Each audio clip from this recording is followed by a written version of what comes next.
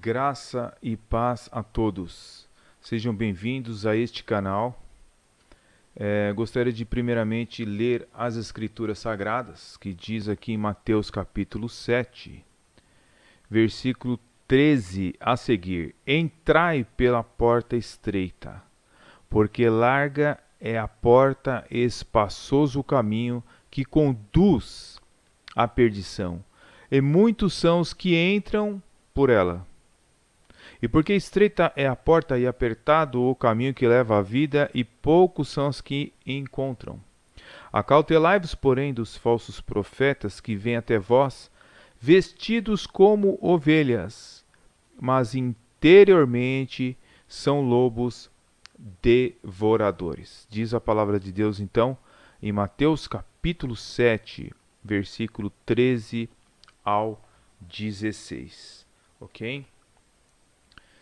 Bem, estamos analisando nesta série a nova seita chinesa que aparece aí pela Europa, por variados países. Não está ainda presente fisicamente nesse ano de 2020 no Brasil, mas digitalmente já está presente. Através dos seus sites, através dos seus vídeos, são variados vídeos pela internet, né, pela plataforma do YouTube. Então você vê aí variados vídeos da Igreja de Deus Todo-Poderoso, que é uma seita chinesa, ok? O seu canal já tem, aqui no Brasil, 151 mil inscritos, ou seja, em língua portuguesa. Há vídeos para os lusitanos, portugueses e para os brasileiros. 151 mil pessoas inscritas.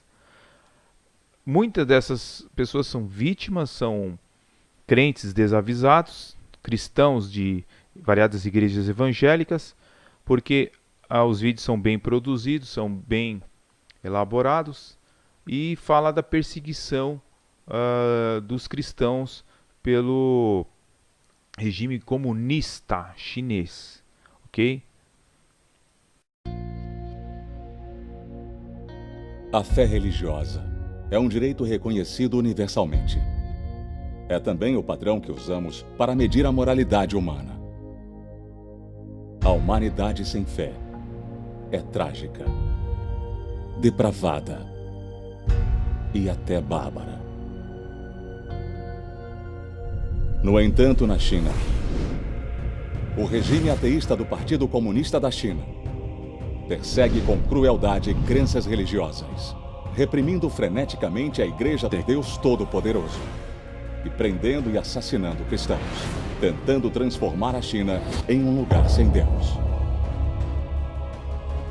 Sob a implacável perseguição do PCC, incontáveis cristãos tiveram que se esconder e não podem voltar para suas casas. Incontáveis cristãos foram presos, detidos e cruelmente torturados. Alguns cristãos foram assassinados ou ficaram incapacitados por causa dos maus tratos. E muitos outros perderam entes queridos. Suas famílias foram destruídas. Crônicas da perseguição religiosa na China registra eventos reais e expõe os fatos, contando a terrível história da perseguição aos cristãos chineses.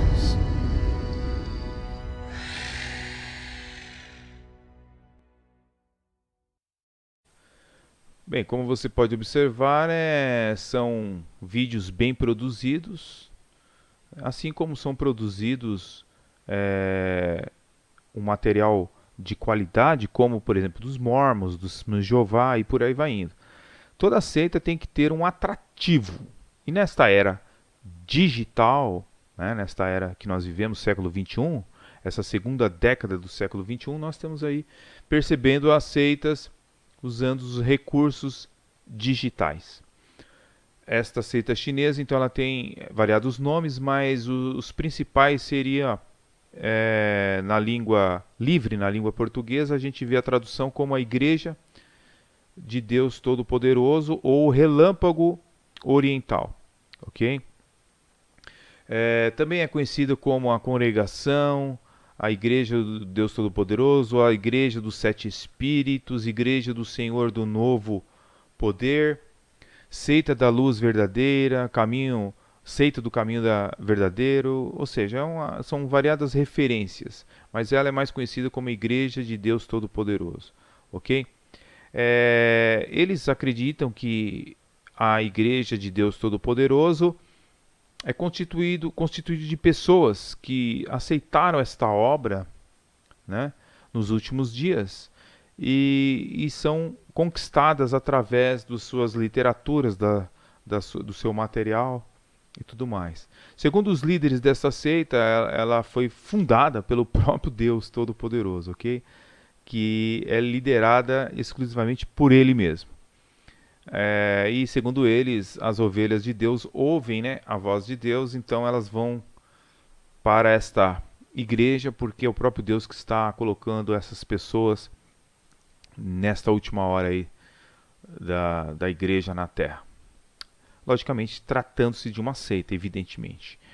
Entretanto, a verdade sobre a igreja de Deus Todo-Poderoso é que ela foi criada por um homem, né, um professor de física, ok? O nome dele é Shao Sheiyan, ok? Que nasceu no dia 12 de dezembro de 1951, ok? Então, neste ano de 2020, que está sendo feito este vídeo, ele teria, portanto, aí uns 68 anos de idade. Então, ele criou aí por volta de 1989, ou na década de 90 mesmo, na província de Henan, no centro do país chinês, né? Então, o método de conversão deles é bastante brutal nas sessões de lavagem cerebral, tá bom? Eles procuram se infiltrar nos cultos cristãos com uma mentalidade de buscadores e depois introduzem suas doutrinas subversivas para atacar os cristãos evangélicos. Curiosamente, houve vários ataques também do governo chinês contra este grupo, como eu já mencionei nos vídeos anteriores. Eles atraem, essa seita, ela atrai principalmente, né, muitos grupos de camponeses insatisfeitos com o governo comunista chinês, ok? A Igreja de Deus Todo-Poderoso ela é contra o Partido Comunista Chinês, do qual se referem a este partido como Grande Dragão Vermelho, tá? Ligada a crimes de extorsão, raptos. Essa seita ela está entre os 14 maiores grupos religiosos banidos pelo Ministério Chinês de Segurança Pública desde 1995. Como eu disse nos vídeos anteriores, uma mulher de 37 anos, né, que se chama Yu Shoyin, ela foi espancada até a morte dentro de uma loja da McDonald's na cidade de Shaoan, província de Shandong, ok? O motivo, como nós já vimos anteriormente nos vídeos, foi extremamente banal, porque ela participou desta seita, se desligou, os membros dessa seita foram atrás dela, tentaram tomar o seu telefone, ela se recusou e ela foi assassinada por membros desta seita, ok? Então, como eu dizia para vocês, Shao Sheikan, né, que é o fundador praticamente desta seita, ele conheceu uma mulher chamada Yan Xiaobin, certo? E esta mulher, ela se intitulava, né, o Relâmpago de Deng, da região ali de Deng, da China. E ela escreveu um livro como a nova versão chinesa da história de Cristo, tá? Então, ainda hoje, ela continua fazendo alguns escritos que aos poucos vão chegando para a seita. Então, essa mulher ela se declarou a reencarnação de Cristo, né? E ela foi eleita como líder espiritual né? Ah, esses dois integrantes principais das seitas, eles foram procurados pela polícia chinesa, mas eles teriam escapado na época, né, para os Estados Unidos com passaportes falsos, onde pediram asilo político. Atualmente existe um bairro em Nova York, né, Chinatown, né, e que eles estariam ali gerando ali a sua seita deste lugar, tá? O comando da seita vem deste lugar. E já existem ramificações em todo o mundo. O grupo começou por dedicar-se a recolher membros, então, dos membros rurais, como eu já disse, e hoje existe muitos seguidores com nível superior dentro da seita, ok?